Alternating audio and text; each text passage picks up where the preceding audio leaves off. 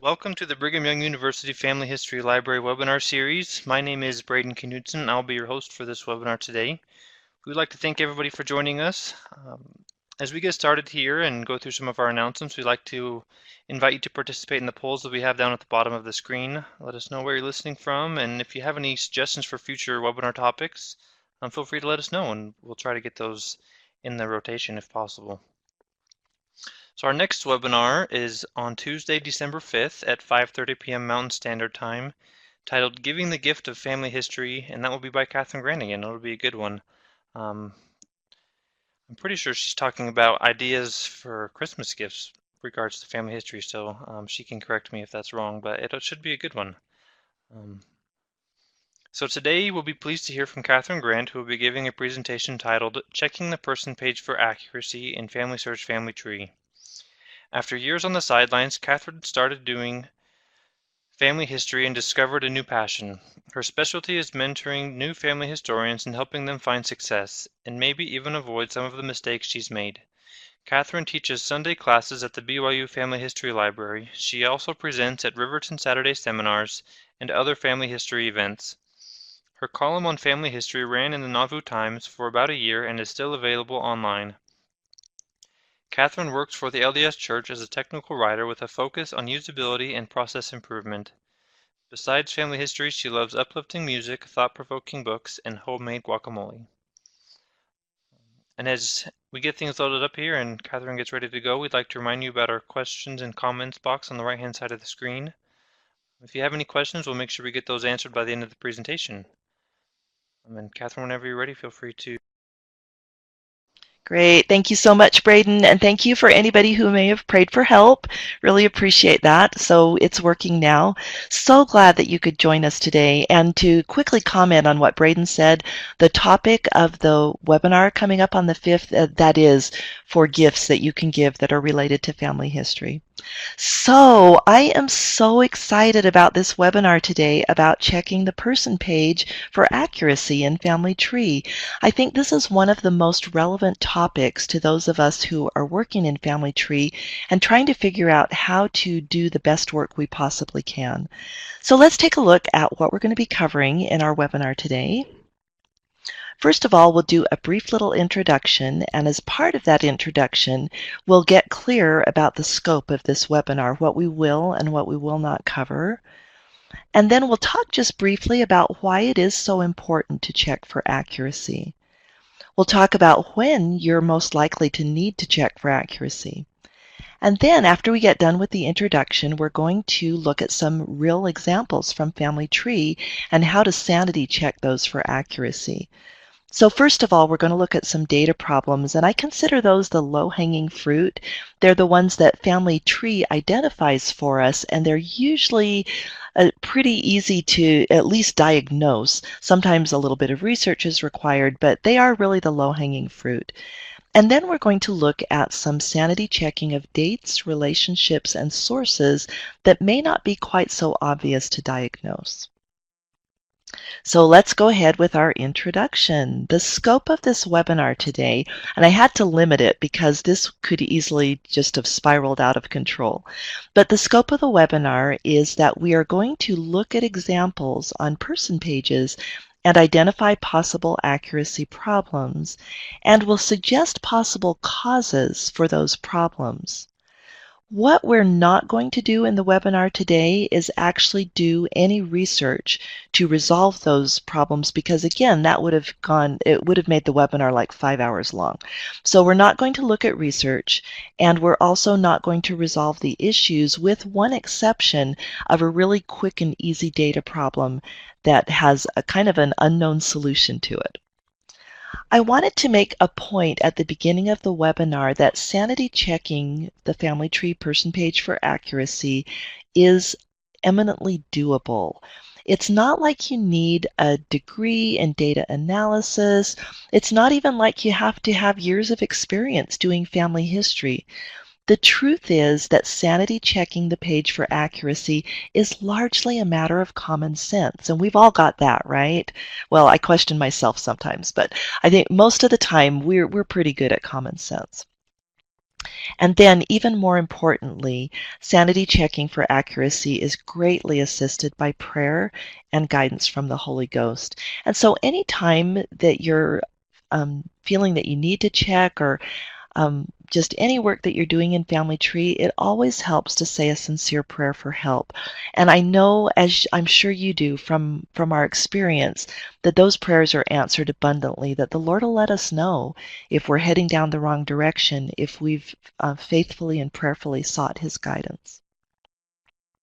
So why is it so important to check for accuracy? Isn't everything in Family Tree already completely accurate? Do I hear some of you laughing? Okay, so fact or myth, we're going to have a little pop quiz here. Family Tree is an official, complete genealogical record which has been validated by FamilySearch and is free of errors. Is that fact or myth? If you answered myth, you're absolutely correct, but do you know it is one of the most pervasive myths that we see in the church? And I can kind of see where it comes from because Family Tree is sponsored by the church. And so a lot of people just assume naturally that FamilySearch or the church or whoever has already validated all the information in Family Tree, but that actually isn't the case. And to understand that, let's take a quick look at where the data in Family Tree comes from. Let me mention that the information that I'm about to share with you is taken from a book. Well, it's taken from some personal experiences and talking with people at FamilySearch, but a lot of it also comes from a book called Hearts Turned to the Fathers. That is a wonderful book that originally appeared in BYU Studies as a series, and it traces the history of family history in the restored church. So it actually starts with the visit of Elijah, and then the restoration of baptism for the dead, and then how the necessity of records became apparent. You know, in the Doctrine and Covenants, the prophet was told to start keeping records. So this book traces all of that and all the endeavors of the church to keep these records in a good way. Well, we're not going to go into the whole history of that in this webinar, but if you get a chance to read that book, I think you would love it. It's at Deseret Book and probably at other LDS booksellers. You can also see the old BYU Studies articles online, but you have to Google it, and then you have to bring up the PDF for every chapter separately. So it's a little bit awkward to read. So you have to decide if it's worth it to you to save the cost of the book. You can Google and find it online. But if you'd rather have the convenience, like I did, I would prefer that than just pay the $10 or whatever it is for the book. And anyone who loves family history is going to love reading this book and learning more about the history of family history in the church. So where does the data in Family Tree come from? Interestingly enough, the original data that is now in Family Tree comes from LDS Church temple records, including extracted vital records. For any of you who might not be familiar with the extraction program, it's basically the old version of the indexing program. And in the mid to later 1900s, the temples were in danger of closing. This was documented in the book I just mentioned. They were in danger of closing because people could not find family names fast enough. Think back to the mid-1900s of what you know of that. No internet, limited computers, just so much harder to gather the data that's needed for family history. And so the extraction program meant that volunteers, much like the indexing program today, would write down names, dates, and places from things like parish registers, christening records, and so forth. Then those names would be given to patrons who came to the temple. And so all of those extracted records and all of the temple records were the first things that were populated into the predecessor of Family Tree. The very first predecessor was called the TIB, or Temple Index Bureau, and it's gone through a number of iterations over the years and had different names. But for simplicity, let's just refer to Family Tree and to its predecessors. So all those temple records ended up in the predecessor of Family Tree.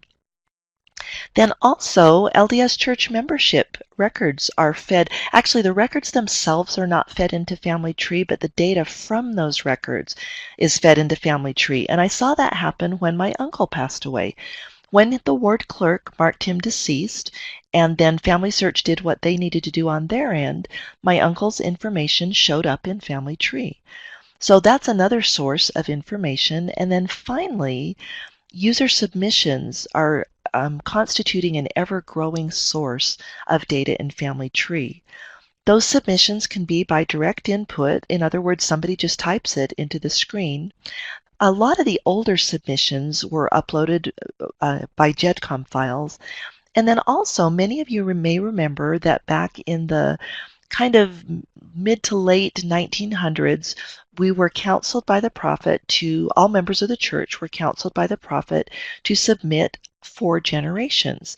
And back then, again, computers were just starting to be used. They weren't that widely used. And so people wrote down the information or typed it up and sent it in on paper pedigree charts to Salt Lake. And then data entry clerks entered that information into another predecessor of Family Tree. So what does this mean for us when we look at all these sources of data? If I can get the screen to advance, there we go. So one thing it means is that the quality of information varies widely. When the prophet asked everyone to submit their 4 generations, he didn't say, only those of you who are professional genealogists, or only those of you who have researched for 5 years or anything. There was nothing like that. It was an invitation for people to do their best and submit this information to Salt Lake so it could be digitized. Well, because of that, the information varies widely, and that's okay. And also, duplicate names are an ongoing concern, not only from those old submissions, because as you can imagine, suppose that a family had 10 cousins and they all obeyed the prophet's call to submit their 4 generations. Well, in the first generation, maybe a little duplication between siblings. But when you go back, the next generation, the next, there starts to be more and more duplication. And a large percentage of that did end up in Family Tree. Another factor is that Family Tree is open edit, which means that any user can change anything. That can be a double-edged sword. For those of you who used New FamilySearch immediately, that was the immediate predecessor to Family Tree, you remember that nobody could change anything. And that was very frustrating because when the data was wrong, you had no way to correct it. And a lot of people mentioned that as a concern to FamilySearch. So what you could do in the old, quote, New FamilySearch program was you could add an additional opinion, but then you'd get records that had wrong data in the main place, and then you'd have like dozens of opinions that had various corrections to this main wrong data. It was just a mess, and so FamilySearch knew. I mean, it was a good start, right? It was a good way to develop their initial web-based program, but then they realized, okay, we can improve this. And so that's why they came up with a new model in Family Tree, which is open edit, and that is that anybody can correct anything. Most of the time this works really well, especially when people attach sources to justify their conclusions. But once in a while you do have people changing good data into bad data. So that's something that we have to be aware of when we're analyzing the data on the Family Tree person page. And then the other thing again is that users have all skill levels, and that is how it should be. We wouldn't want to limit Family Tree to just the professional genealogists or any other class of users, because family history is a work of salvation for all the members of the church. It occurs to me that Family Tree is kind of a microcosm of real life, right? In our wards, we have all levels of skill in different areas, different people of different backgrounds and so forth. So it's going to be the same in Family Tree, and it's a great opportunity for us to work together. So when do we want to check? When are some times that we might particularly want to evaluate the accuracy of information on a person page? One time is before attaching record hints. So if you might envision in your mind the person page, and you know that sometimes over there on the right-hand side, you'll see hints that could apply to that person. Well, the hints are based on the information on the person page. So if the information on the person page is wrong, we're going to get wrong hints. So before attaching attaching hints, it's a good idea to sanity check the information on the person page. Also, when you're starting a new line that you're not familiar with, as we work on certain lines, we get familiar with the naming patterns and with the locations and so forth. So we may not need to do we've already checked things, so we don't have to do a really careful check because we're already pretty sure it's right. But on a new line, when we're not familiar, that's a particularly good time to do a pretty careful check of the accuracy. Also, when preparing a Find, Take, Teach experience, nothing is more discouraging for a new user, in my experience, to discover that they've done invalid temple work when they thought they were doing valid temple work. So when we as consultants, if any of you are consultants, and we're helping people get started with family history and we're having a good Find, Take, Teach experience, we want to put that extra effort up front to verifying the accuracy so that we give them the best possible experience with a valid name. So that actually leads to the next point, that you always want to do an accuracy check on the person page when you find a green temple name. So green temples in family tree indicate that no ordinances are attached to a person. But it doesn't necessarily mean that they really need ordinances for several reasons. Possible bad merges, bad relationships, incorrect data, and so forth. And so in my experience, I would say about 80% of the time, a green temple does not really indicate that ordinances are needed. Instead, some corrections need to be made or some duplicates need to be merged or so forth. So when you find a green temple name, that's especially a good time to evaluate the accuracy on the person page. Okay, so let's dive into some examples. If you're like me, I learn better by actually seeing examples of ways to analyze the data and determine the possible causes of the problems that we're seeing. So let's look first of all at data problems. Here's that picture of where data problems show up on the right side of the person page. Let's be sure we're on the same page with each other as to what data problems really are. As Family Tree defines them, they are things that the system knows can't be right. So, for instance, non-standard dates and places. Now, for those of you who may be asking, gosh, I don't really know what a standard place is. What are you talking about? In order to do better searches and to make it easier for people to collaborate, FamilySearch, Family Tree, keeps behind the scenes a list of what they consider to be standard dates and places. So consider the state of Delaware in the United States. The postal abbreviation for that is DE. The full spelling, obviously, is Delaware. You might see older abbreviations such as DEL period or DELWR, something like that. You can imagine that it would be a challenge for both users and the system to be matching on all these variations of every single place name in the world. And so FamilySearch did the smart thing. They created a table of standard dates and places so that users could use those to make sure that we were all following the same standard. For that reason, FamilySearch will flag as a data problem times when dates and places are not standardized. So that's this first bullet point right here. Then also, data problems are just things that are logically impossible, such as a man having a child who is born, say, 2 years after his death. The longest the child could be born after a man's death is 9 months. And so if it's longer than that, then we know that something's wrong there. We've got an issue to resolve.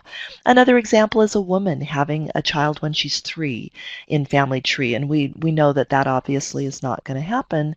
And so FamilySearch will flag those as data problems so that we can look into them.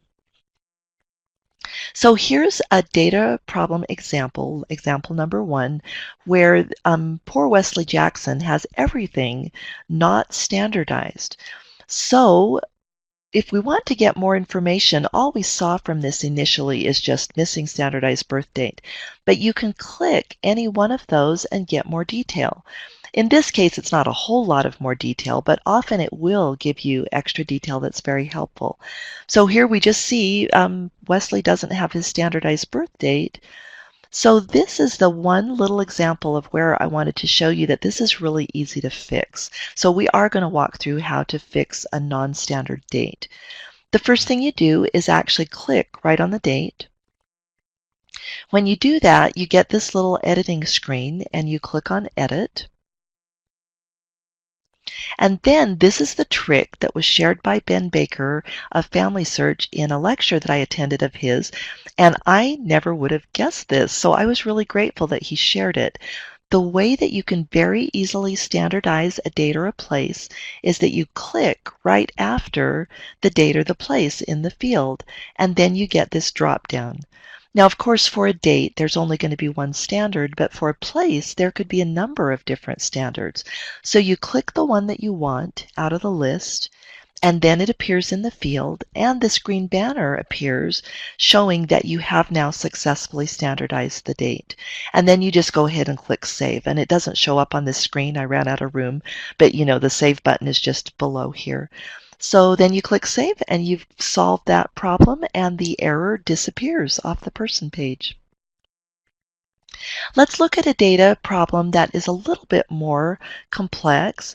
So here we've got an indication that a child has been born after a mother's death. That's not going to happen. I mean, the mother could die in childbirth, but if the child is several years after the mother, then is born several years after the mother, we know that something's wrong there.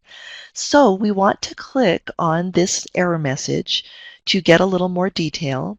And we see that it says the child's birth year is later than the mother's. The mother is Mary Craner, and the child is Joseph Bates, but look at the PIDs. So this one ends in N97, but our main guy, Joseph, ends in G38, or is it B? I can't really tell on this screen. But in any event, we can see that they're different. So what this is telling me is that one of Joseph Bates's children has has a date that indicates that he's born after his mother's death. So let's take a look at that. We've got Mary Craner here dying in 1846. We've got her son Joseph being born in 1848, which obviously is not going to happen. So what are the possible causes here? We don't want to just rush in and say, oh, the death date must be wrong, or oh, the child must be wrong. But we've got two options we need to look into. The mother's death date could have been entered incorrectly, or Joseph could be attached to the wrong mother. And actually, another option that I just thought of right now that I probably need to go back and add to this is that Mary could have been the subject of an incorrect merge, and a wrong date could have been added to her record through an incorrect merge. So as I mentioned earlier, the scope of our webinar is not to actually do the research to figure out which of these causes is the right cause, but we do want to talk about the type of things that we would want to look into when we got this type of data error. Okay, let's talk now about sanity checking dates. So I'm looking at this record for Elijah Booth, and I think that hopefully these dates will be easy for you to read on this webinar. So take a look at these for a minute and notice a couple of potential problems with these dates for Elijah Booth.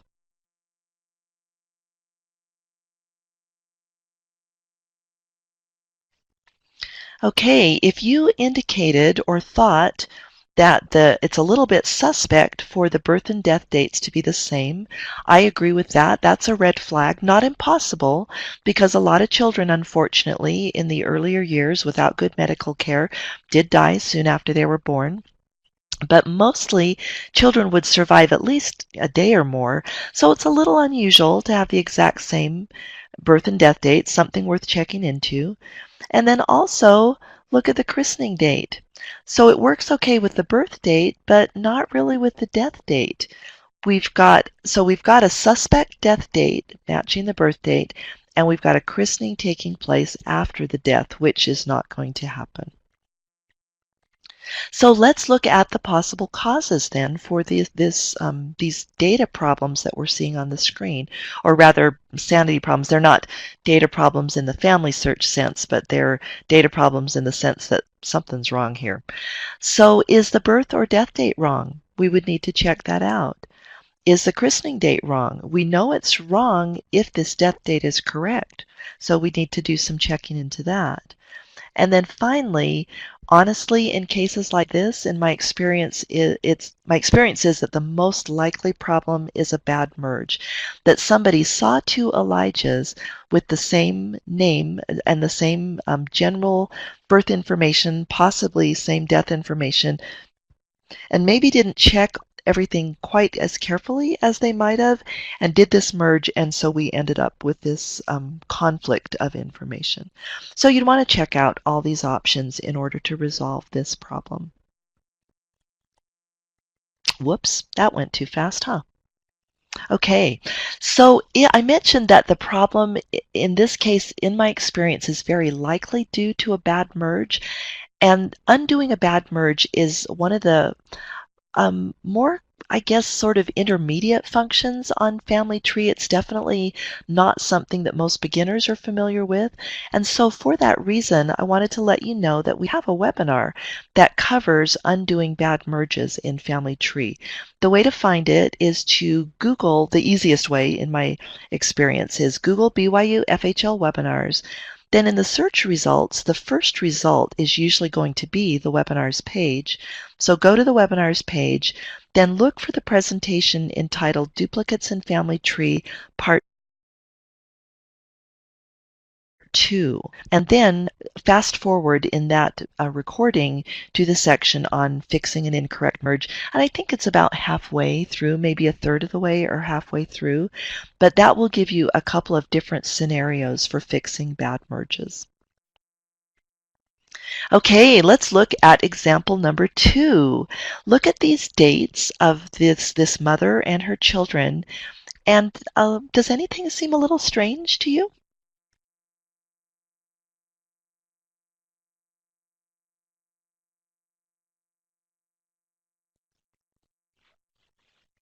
Well, apparently this family had a unique talent. Everybody lived to be 100, about 100. So we've got 1829 to 1929, 1852 to 1953, so forth, so on. Well, obviously, this cannot be right. There is no way. I mean, the chances of every one of those people living to exactly 100 or 101 is astronomical. It's just not going to happen. So the probable cause on this actually is that the user just decided to make everybody 100, whether they were trying to clear names for temple work or whatever it was. But it's clear that somebody did this arbitrarily rather than based on actual research. So the resolution here would be to find the correct information. Okay, let's look at an example number 3 of sanity checking the dates. So we've got 4 kids here in this family, and the dates looked pretty good, right? We've got kids being born pretty regularly, about 2 or 3 years apart. So look at this and tell me what might possibly be wrong with the dates on this example.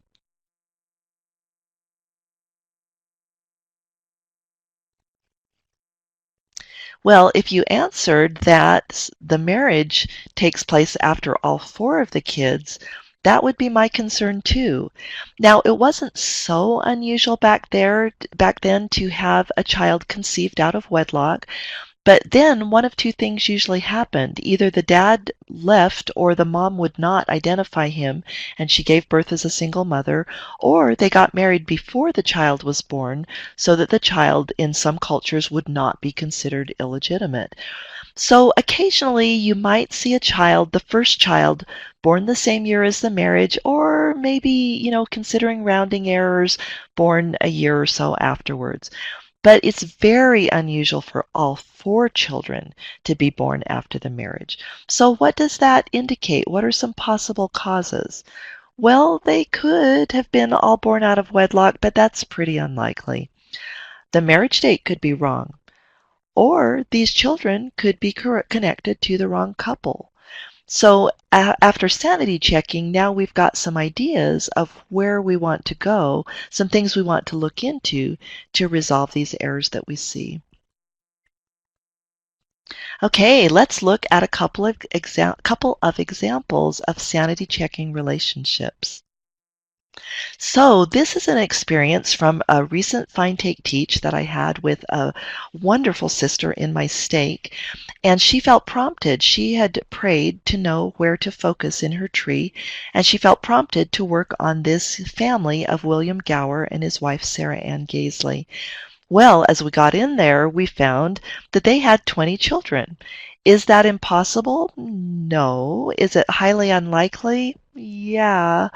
And so our first task was to see if these children really looked like they belonged to this couple. And so in order to do that, we created this little table. And I didn't have room to fit all 20 kids on here, but you'll start to see the pattern of what we saw by just looking at these first 6 kids. So the first child, the oldest child, William, is born and christened in Malden All Saints in the county of Essex. We come to the second child, and she is born and christened in Shropshire. Well, did they move? They could have. It was less likely back there in the 17 and 1800s. For generations, families in England would stay in the same little parish. So for this child to be born in another parish, not impossible, but maybe a little bit unlikely, certainly worth checking into. Well, then look at the next kid, born in Kidderminster in a completely different county, the completely different county of Worcestershire. But then we come back to Essex. Then we cycle back to Shropshire. Then we cycle back to Worcestershire. So what it's looking like, it's very unlikely, in my opinion, that this family would have rotated among the parishes, especially in different counties. So the most probable cause that we're looking at here is a bad merge. And as my friend and I, my stake member and I looked into this further, that indeed was the case. Somebody had merged, it ended up being, I think, 4 different families because there was a William Gower and a Sarah. And if you've worked in England at all, you know that William and Sarah are not uncommon names at all. And apparently the name Gower is not that uncommon either, although we found one of the families was actually named Gowan, and they had been incorrectly merged with this family. So as the solution here was to do the research, figure out where the kids belonged, and to divide them, unmerge them into their correct families. Okay, let's look at relationships number 2. Now this is really tiny, and we're going to look at a bigger example on the next screen in just a second, but I wanted to show it the way it appeared in Family Tree. So we've got Margaret Hamilton up here with her husband James and these children. Then we've got Margaret down here without a spouse and with another child. So let's look at that in a more readable format that's larger. So here's a picture of Margaret with her first husband, James, we're actually not sure whether it's her first husband, it's one of her husbands. So here's all the kids, and notice that the last child is William. Then we've got Margaret, same PID, we've got XGB and XGB, same PID, but no husband. And the child has the same name as another child in the family, although he's born 6 years later. So that raises the question, what happened to Margaret's other husband? And by what happened, I mean in Family Tree. Like, was there a spouse there and he got disconnected? Why does she have a Lindsay over here and it matches this name, but now he's not over here? So I'd want to look in the change log and see if I could see evidence that a husband was incorrectly disconnected or something along those lines. Then also the fact that there's 2 kids named William is a red flag. Now it wasn't unusual back then, especially as I recall this was a record from Scotland. So it wasn't unusual in some European countries, and including England and Scotland and so forth, to name a child after a deceased older sibling. So could there be two Williams in a family? Absolutely. But it's also interesting that there's such a large gap between these Williams.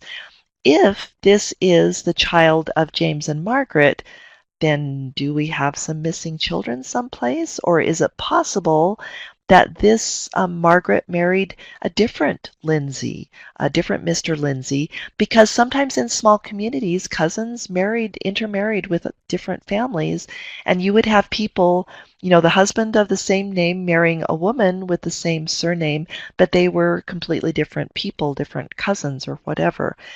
So the point is that we've definitely got some things here that we need to check into. What are possible causes? So Margaret could have married another man named Lindsay, in which case we'd want to find him or restore him.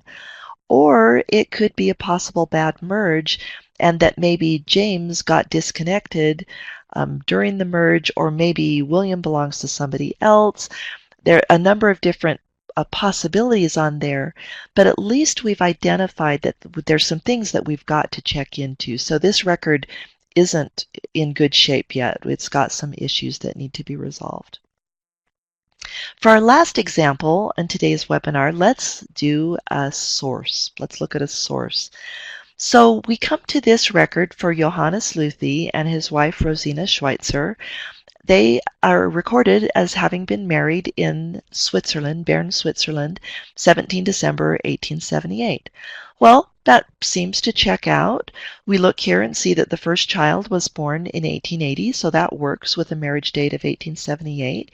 And then the children proceed pretty regularly. The surnames are consistent, so things are looking good here. But when we click the edit button here to check on the sources, we actually come up with this relationship note, which indicates that there was a John Luthi, which that could be the Americanized name, and a Rosina Schweitzer, who got married in Logan in 1890. Well, this source looks reasonable. I can see why somebody attached this as a relationship note because the names and ages fit. But big disconnect, the date and location do not match that Bern, Switzerland, 1878 family tree date. Well, what are some possible causes that we would want to look into? One of them, very obvious, is that one of these marriages is incorrect. Maybe John and Rosina, just by coincidence, there were some cousins or other family members that got married later. Or maybe the earlier date in Bern is not correct. Another possibility for this family, though, because they came from Switzerland to America, is that this later date is a sealing date. And so perhaps both dates are valid in that one is the original civil marriage and the other one is the temple marriage. So again, these are things that we would want to check into, but this does indicate kind of a red flag that this information is conflicting. So in summary, for the information that we've discussed today in our webinar, sanity checking involves common sense. It also, more importantly, involves help from the Spirit through sincere prayer. So checking the person page for accuracy helps us to avoid wild goose chases in research, because why do research and then come to find out, oh, the Kidderminster kid really doesn't belong to this family. They're a completely different family. So it helps us avoid really wasting our time doing research that doesn't apply to our family. It helps us avoid connecting wrong branches, as we saw from that Gower family, that 3 wrong branches had been merged into that family. So if we sanity check the page, we can help either avoid those problems or get them fixed. And then finally, and most importantly, it helps us avoid invalid temple work. So that concludes our webinar for today, everybody. There haven't Thank been you any so questions much for submitted, being so we'd like here. to just remind everybody And that if you do Braden, do have we any, have any please write those into questions? the questions box. But at the moment, there aren't any questions. All right, well, we'd like to thank everybody for joining us today. Like we said, our Sounds next good. webinar is Thank next you. Tuesday. We'd like to invite you to subscribe to our YouTube channel so you can receive notifications when we upload new videos and the recordings to these ones. This webinar will be uploaded sometime early next week. Also follow us on our social media sites to stay up to date on what's going on here at the Family History Library at BYU. We hope everybody has a great evening and a Merry Christmas.